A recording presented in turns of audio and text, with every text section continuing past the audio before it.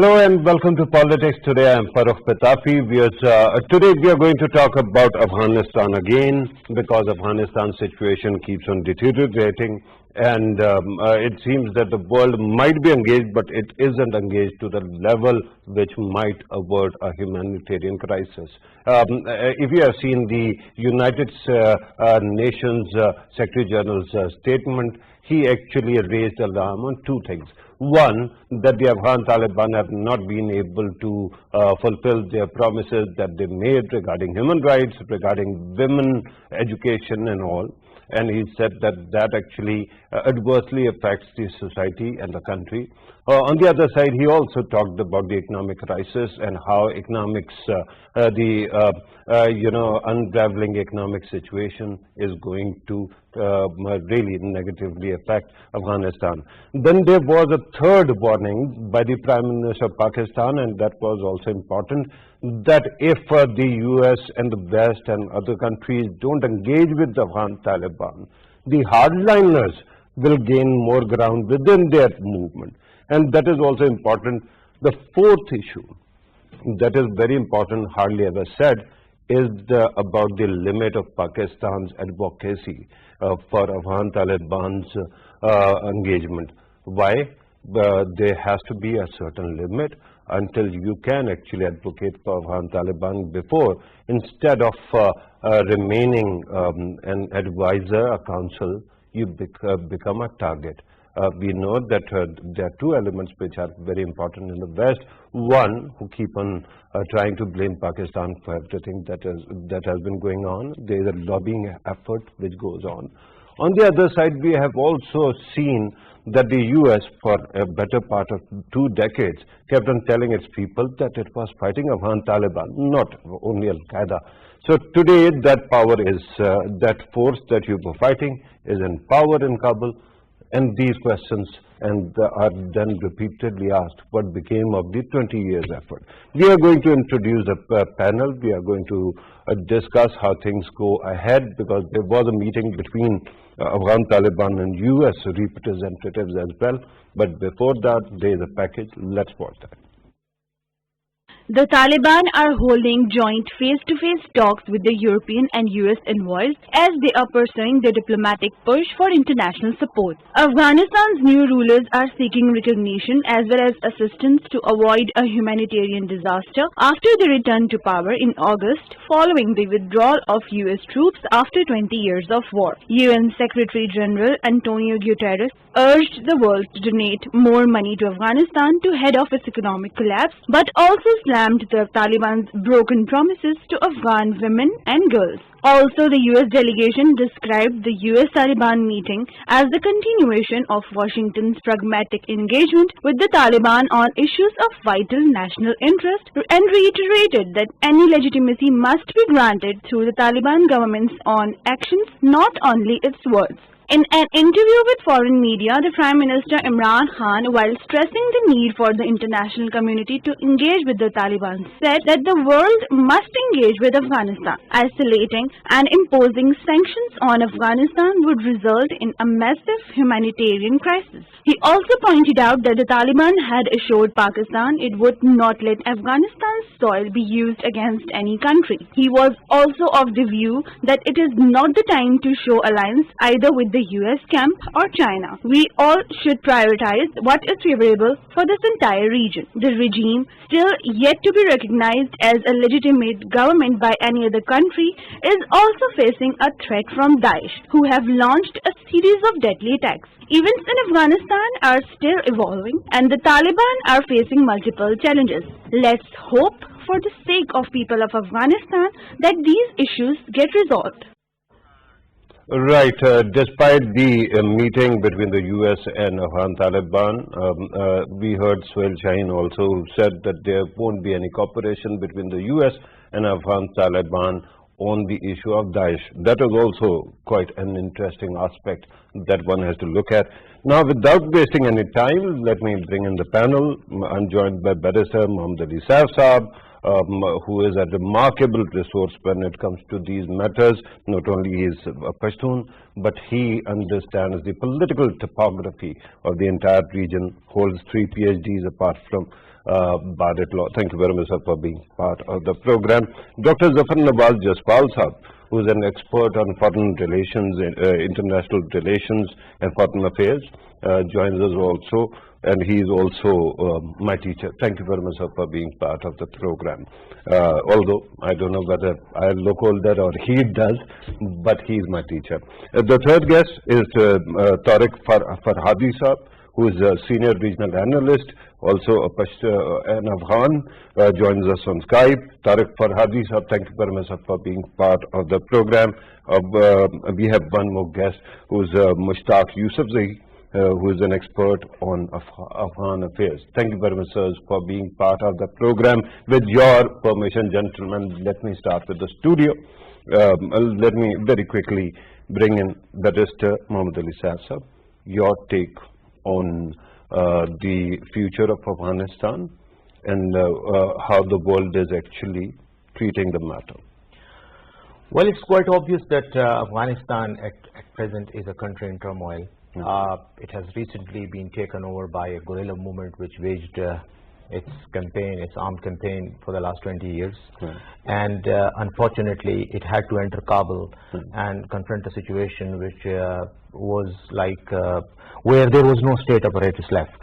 There was no government, and they just had to fill in a vacuum created by the sudden, I won't call it withdrawal, because withdrawal is an orderly, like a movement.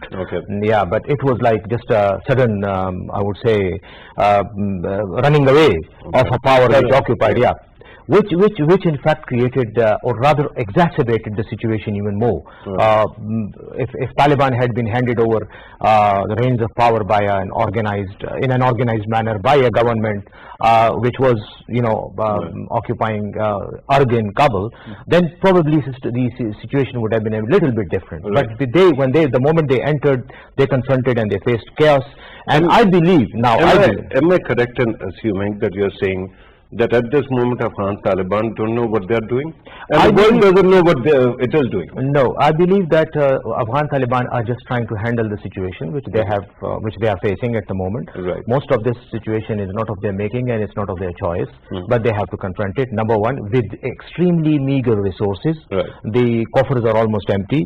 Also, it's the governance system has collapsed, so they need to restart that as well in order to make it deliver to the public. That is why you see all these demands for international assistance, financial assistance, and humanitarian assistance. And Pakistan and some countries have also contributed, and we still have to see how much need there is. Let me bring in Dr. Jaspal Sahab, your take on the same question. I think that I concur with the Barrister Sahab that there was a vacuum which was filled by the Taliban. Everyone was expecting that they were coming, but we were not expecting this kind of a sudden exit of the American, or without any negotiated sudden collapse of the Afghan government. And in such a situation, when the vacuum was created, naturally they filled the vacuum with a big bang. But at the same time, I fail to understand, in the last 20 years, despite the Americans' claims that they invested a lot in the Afghanistan, Afghanistan failed to generate any self-sustaining economic activity within the country. So we can say that there could be a management problem, there could be some other these kind of the problems, but there is another important thing, that where the management has gone. Because if the bureaucracy has left, but there must be some resources. The worst thing is that what they did is they just closed their foreign exchange reserves, and by this way they are blackmailing them. So naturally, when there are no frozen assets, bureaucracy is not ready to work, international community is not clear how to deal with them, and then the losers are asking the victors, you can do this. This is a reality, we have to live with that. So I agree that these losers are blackmailing the Taliban, but they fail to understand Taliban won the war. But the losers actually control the purse strings, and that actually is a big problem with a country that doesn't have that kind of finances. Let me go to Tariq Farhadi Sahab. Sir, your take. Last time we spoke, you still had some hope that there will be some kind of transformation in Afghanistan that will be inclusive. Are you, is it the end of that illusion, or do you still hope that something good can materialize in Afghanistan? Greetings to you and to our viewers and the guests. I will summarize the situation for you. The world now is preparing for a collapse of Afghanistan. The Secretary General of the United Nations came out on a podium and said the economy is going to collapse. And because the economy is going to collapse, there's going to be a movement of refugees from Afghanistan to Pakistan, Iran, and Tajikistan. And Europe has approached all these countries to propose funds in order to contain the refugees at the border, basically, because Europe does not have any appetite to receive any refugees from Afghanistan. French elections are in May of 2022. It's a very charged issue, the issue of refugees. And today, even President Erdogan said at the G20 meeting, we do not have any appetite for refugees any longer. G20 proposed to have a trip by the foreign minister of Turkey to Kabul to come and have a candid conversation with Taliban. That's one issue. The Taliban, senior Taliban, have reached out to us, to me, and said, what should we do? We have said honestly, look, what the international community is saying is aside. You have won the war, okay. But now you might lose a big economic war, which will cause anguish and poverty for Afghan families, which are in 10 cities right now, and these 10 cities are going to move to neighboring countries soon. We have said to the Taliban, I have written to the Taliban, please enlarge the government. Please show flexibility, because the conditionalities that the international community is asking for is things that can be done. Yes, there's all kinds of matters of closing the schools, because in some parts of Afghanistan people don't want their daughters to go to school, but that is not the majority of Afghanistan, and the Taliban cannot decide for the majority of Afghanistan. So we have said that, to the Taliban. We have written, we have had this conversation with them, total silence. To this minute, we have not shown... as I come back to you, we are going to focus more on how the world can help Afghanistan and how Afghan Taliban can help the world in doing that. Allow me to bring in Mushtaq Yusuf Saab. Sir, your take on Afghanistan's situation right now. I'm particularly interested, and I will be obliged if you can tell us also about what is going on ground, because it is very important. At this moment, there seems to be food inflation, there seems to be a collapsing money, there seems to be a lot of other problems and collapse of amenities as well. Please, sir, go ahead.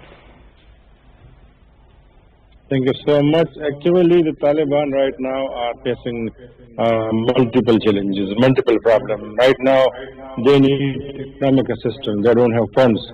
They don't have fund resources to pay salaries. Now they're asking people to come to their jobs, and some of the people already joined.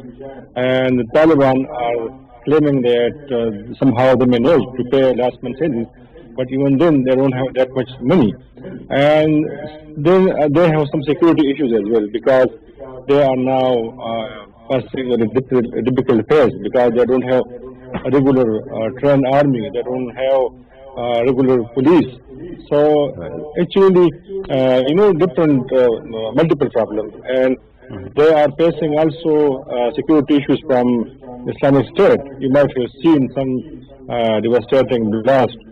The recent was in Kunduz. They are in touch with multiple powers, and in Afghanistan recently they told us that they asked the UN to allow them to start trade with China, because they can manage to get some resources, some funds from China. And they also held some meeting with the ambassadors of Islamic countries in Afghanistan, and they asked them to help them. Right. About what you said earlier, sorry to cut you, but you were talking about Islamic State and how Daesh poses a challenge to Afghan Taliban. How do you see this statement coming from Suhail Shaheen about not cooperating with the US in fighting against ISK? One thought that it was a match made in heaven because ISK is actually harassing everybody. So there was some interest to work together. Why actually dispel it? Yusuf Zaid. Asking me? Yeah. Okay. So I think, Prime Minister Imran Khan also recently stated that only the Afghan Taliban can defeat Daesh or the Islamic State. Right now, you might have seen the Taliban are very much worried about the rise of militancy, especially from Daesh. And there are reasons. There are reasons because the Taliban believe that they would not have security issues from the previous Afghan government. Afghan government unexpectedly, dissolved, people just disappeared. But now the Taliban are worried about Daesh, Islamic State. Why?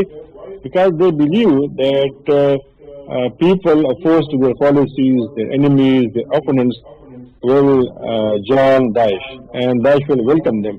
They are also worried about some external powers, and they have mentioned some countries that they are trying to use and run Daesh as a project. So that's why they are worried. And especially that's why this statement. Right, sir. I'm going to come back to you, Yusuf Zaid Sahab. Allow me to return to the studio. Barrister Sahab, you have, heard the commentary from especially from the Afghan experts as well. Now, the question at this moment is, Pakistan is in a position where it has to actually go for a tightrope walk. On one side, you have to actually advocate that Afghanistan should not be abandoned. On the other side, the fear is that Afghanistan's chaos can overwhelm Pakistan as well. I mean, TTP, still it is out there and functioning. On the other side, economic crisis, Pakistan's rupee keeps on weakening, the US dollar keeps on strengthening because the word has it that it is being smuggled to Kabul. So what exactly is Islamabad's policy on these matters right now? Well, I believe that whatever policy we formulate in relation to Afghanistan must be based on one prime concern, and that is that there is no way on earth that we remain isolated from Afghanistan. Whatever happens, good or bad, it is going to affect Pakistan in a positive or negative way, right? So now whatever is the state of affairs in Afghanistan right now is, Pakistan must try its best to bring stability and peaceful, situation in Afghanistan. How? It is a separate country. Yes, it is. No doubt, no doubt. That's exactly what I'm saying.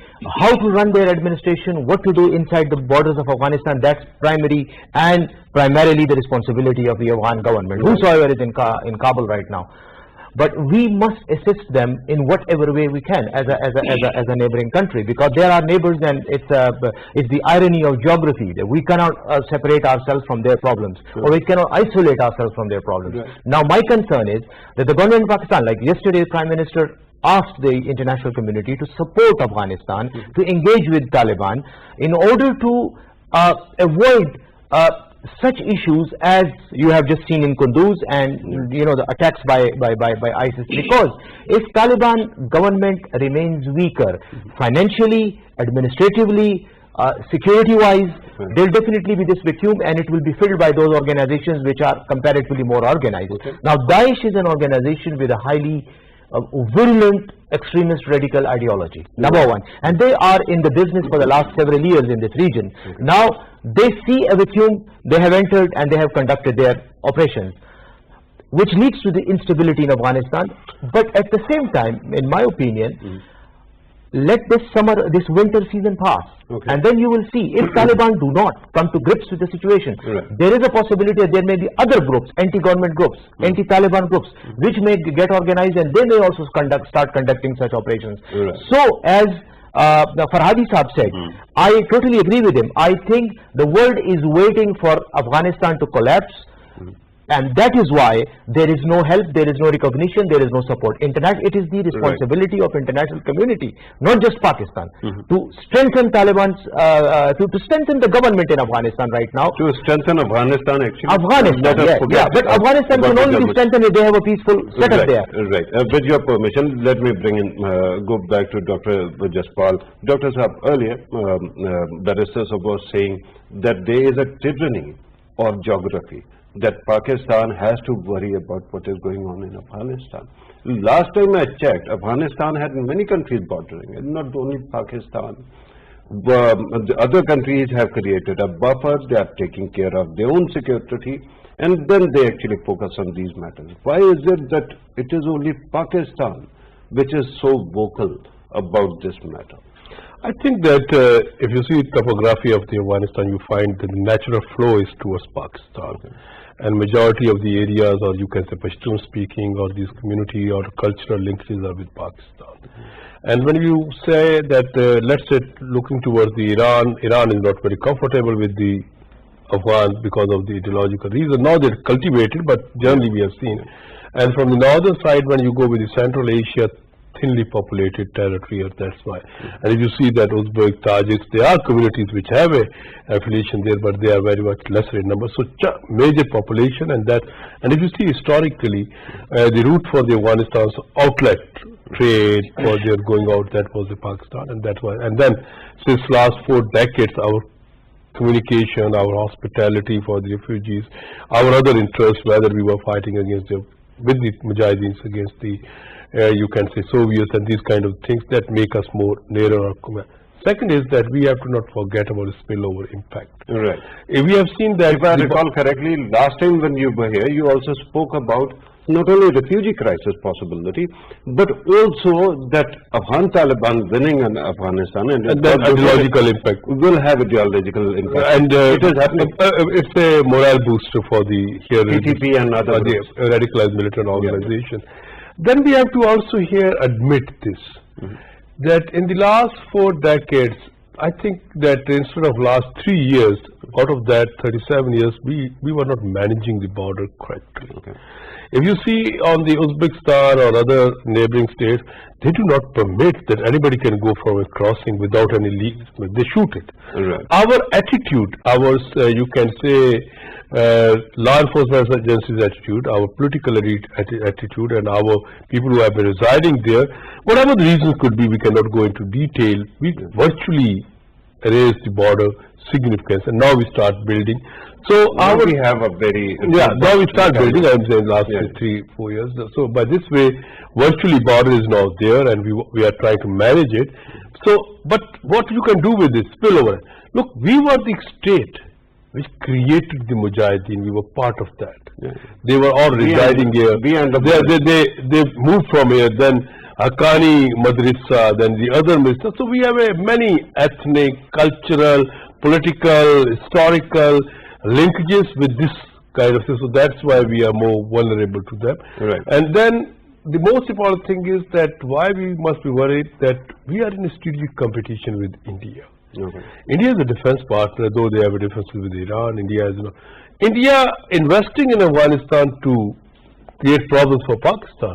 So we are also worried because of the proxy war within the Afghanistan. But India hardly seems to have any skin in the game right now. No, it doesn't have any presence on the ground.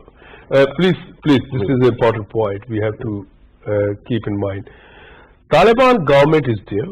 I agree with you 100% that at the moment maybe they don't have you can say advantage position at the government level. But within Afghanistan society, within the Afghanistan bureaucracy, they have a 2 decades investment. Right. So that's why I think we are more alarmed. Right. I'm told that a little bit later, Farhadi Saab has to go. So let me ask Farhadi Saab for some kind of recommendation to the world. I understand that here and there are efforts to provide Afghan people with some kind of economic solace. But is there a possibility that we can see some kind of coherent activity, effort, some kind of fund for Afghanistan that actually has grassroots access and can ensure that women, children vulnerable parts of the society, and regular Afghans also have access to food, medicine, shelter, peace. Winters are coming, and winters are very harsh in Kabul and across Afghanistan. Please go ahead, sir. Yes, sir. Thank you so much. 3 points. On the former discussion, Afghanistan now, Taliban are increasingly becoming a liability for Pakistan, unfortunately. So we all have a role to reach out to the Taliban.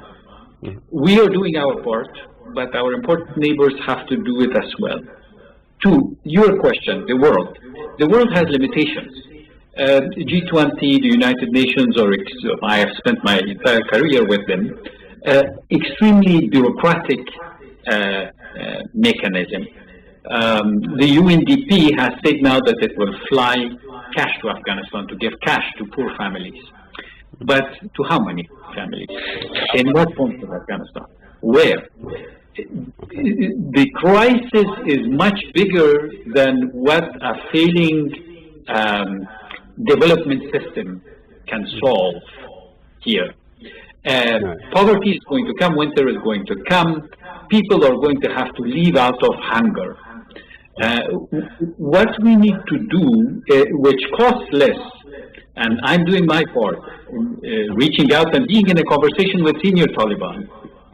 Please open up the government. Please make it more open. Bring some experts to qualify for the conditions that the international community is posing. We don't want to be ministers. We don't want to be deputy ministers. But make some cosmetic admissions inside the government so that this looks like we are all working together. Right, and that actually sounds really heartening. But earlier you talked about cash being flown in, and given that you have actually in the past advised the former president of Afghanistan, Hamid Karzai, let me ask you, one news item that came to our attention was about the fact that Afghanistan doesn't print its own money. It has to be actually printed in Europe, and then it has to be brought into Afghanistan. Why was there such a mechanism? Why not have the capacity within the country, sir? 20 years ago, when we printed the money, we were asked the question by the printer, would you like to print money inside Afghanistan? We said no, because printing money inside the country allows for decisions of power, whoever is in power to print money, but then the money becomes increasingly worthless. So we wanted to keep this mechanism at that time. I was involved in that decision at that time. And Afghanistan prints its money right now in Germany and Poland. But in order for the Taliban to print money, they have to be a legitimate government recognized by the international community for printing companies to print this money. So in fact, the Taliban are now dealing with the stock of money which is circulating inside Afghanistan. Dollar reserves are dwindling because traders who buy from Pakistan and Iran food items and who buy from Uzbekistan petroleum have to spend these dollars to pay their bills to the extent they can, because a lot of bills are unpaid now, especially for electricity with Uzbekistan. And this is why the UNDP wants to fly in dollars and give it to the people to trickle into the economy. But this will be very limited. It's not a cure. Before I let you go, very quickly, any predictions about the future of Afghani, the Afghan currency? Do you think that it is going to continue, or there is a possibility that it might collapse in coming days if these measures are not taken, the ones you mentioned?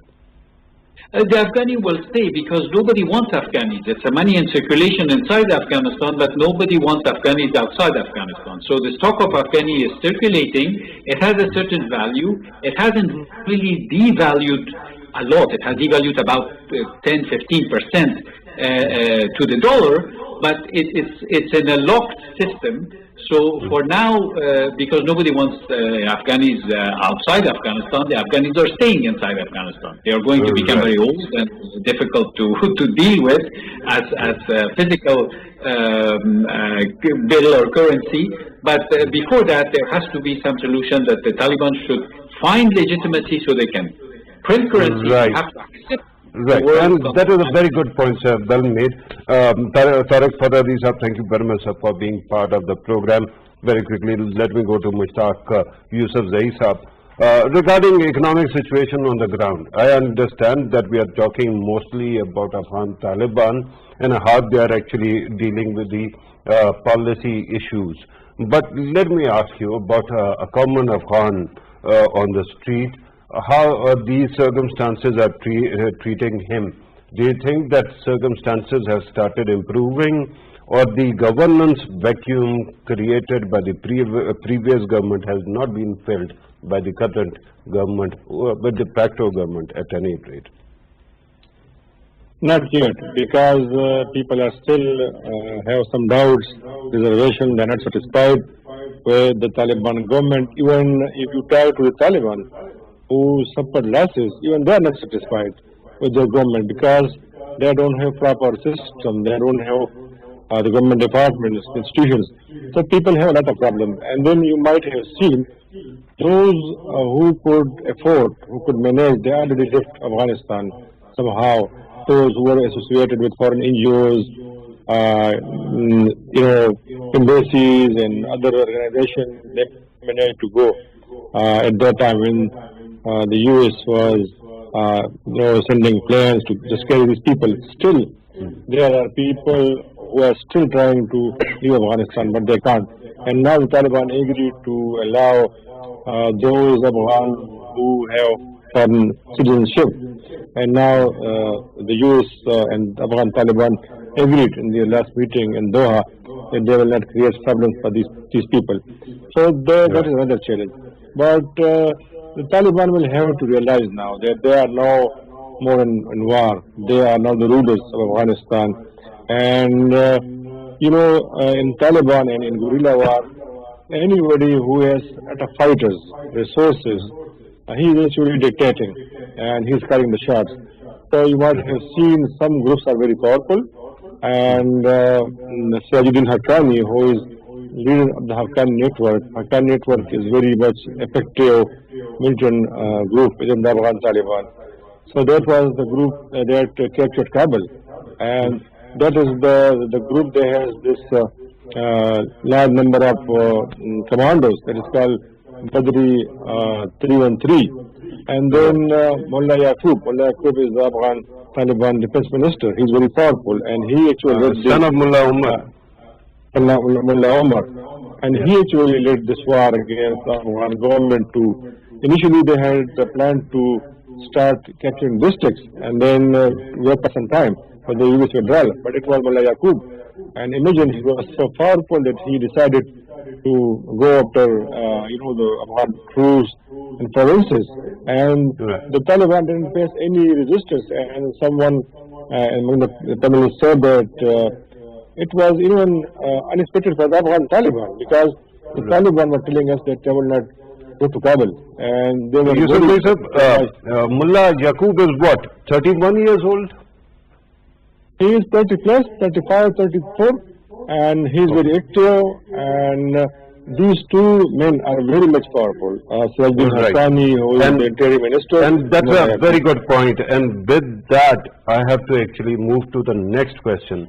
Whether the world will be recognizing Afghan Taliban's government in coming days or not. I'm going to bring the question back to the studio. Because it is the final round, you will add also, I will request you to add your conclusion as well. But whether there will be, barristers, of any recognition at all by any country? Well, recognition is basically a political, an issue of political credibility and legitimacy. It has a legal as well as political connotation. And of course, the manifestations of recognition are then close interaction, diplomatic exchange and all those things.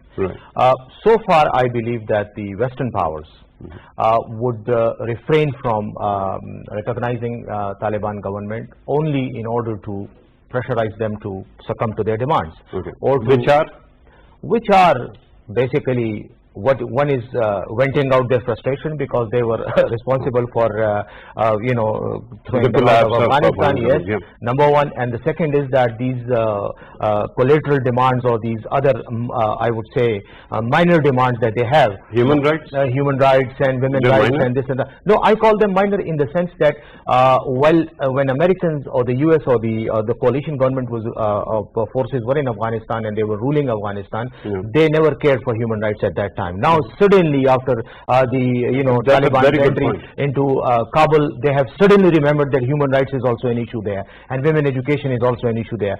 Of course it is an issue, no doubt about it, but the point is that Afghanistan has already ratified some of the major human rights conventions, and also some other international legal instruments, which obliges the state of Afghanistan to respect those human rights. But in order to compel the Afghan government to abide by those conventions and those obligations, you have to recognize them, and they are failing to recognize them. And even in Doha agreement, in these Doha parleys just going on recently, yesterday, they refused to concede that. To concede that. Right. That is quite interesting. Dr. Saab, let me ask you. Barrister Saab said that the Western powers are not going to recognize Afghanistan's government, the de facto government. Are the Eastern powers going to recognize Afghan Taliban? I think that everyone is trying to convince the Afghan Taliban for the sake of themselves. Afghan Taliban or Taliban government had already promised to the Chinese, Russians, Pakistanis and other neighboring states that they will not permit their territory to be used against them. I think it's this assurance is more than enough if we can rely on them. Second is that why the Western powers, and they are also pushing us. For example, Americans are saying that relations with Pakistan will be judged how the Taliban are going to behave. Now in this context, they are basically trying to, you can say, hide their defeat with this kind of tactics. They are trying to convince their own people, and they said that okay, we left, they left unceremoniously, but at the same time we ensure that they will be not successful. So if somebody is expecting that the Americans or the Western powers or the NATO countries, they willfully join hands for the sake of Taliban government success, in real politics it doesn't work. Will Russia officially recognize Afghan Taliban as a government? Will China in coming days?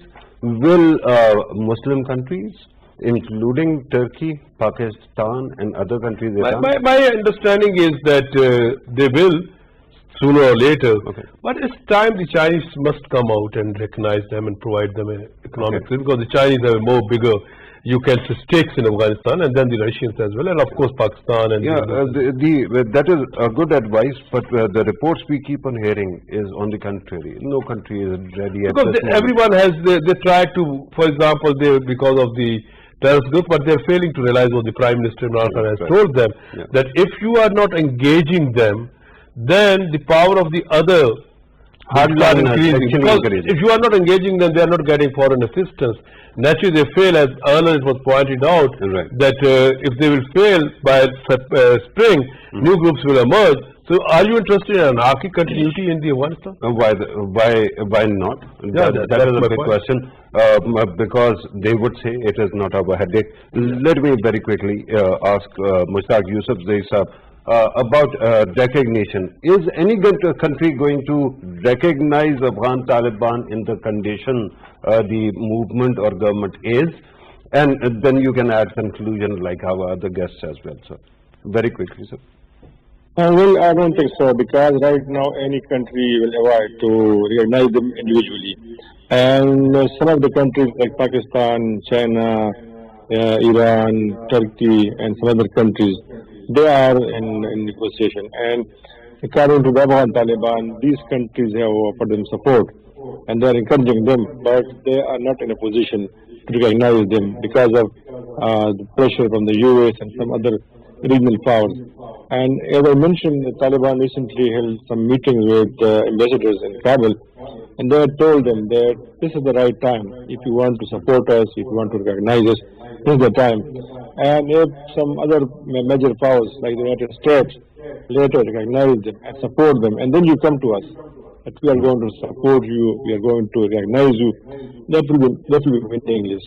So the Taliban are desperate. But as I mentioned, the Taliban will have to deliver. They will have to realize their capabilities. They are no more in war. They are rulers, and they have to respect human rights. They have to deliver. They have to assure the Afghan people without any ideology and any prejudice that they are equal to them. So there are some stories. That's again a great. damage. That's again a great advice, but with due respect, the entire world have been at it for past 1 month at least. It doesn't seem that there are many takers in Kabul regarding this advice. But I'm told that we have to conclude the program here. Mushtaq Yusuf Zaisab, thank you very much for being part of the program. Barrister Muhammad Ali Saab, always great having you in the show. Dr. Zafar Nawaz Jaspal Saab, always great. It is a teaching moment. I keep on learning from both of you. Thank you very much again. Viewers, you have listened to our participants. Now the irony of this situation, because everything runs because of economy, and we know that the economy in Afghanistan is collapsing. The country needs not only new cash, but also some kind of a lien or some kind of treasury as collateral, and Afghanistan's foreign reserves are blocked in New York. And until other countries start recognizing Afghanistan, till that time, that money will not be released and that currency will not be actually printed for Afghanistan. And while it happens, Afghan Taliban don't seem to be ready to reform. And that's why there is this gridlock. In the end, the question comes back to us, where we are sitting. As was pointed out, whether Afghan Taliban have become a liability within a month of their takeover for Pakistan is a big question, and I'm sure our policy makers will keep on debating this in the coming days. But for our program, this was the discussion. Thank you very much for watching. Take care.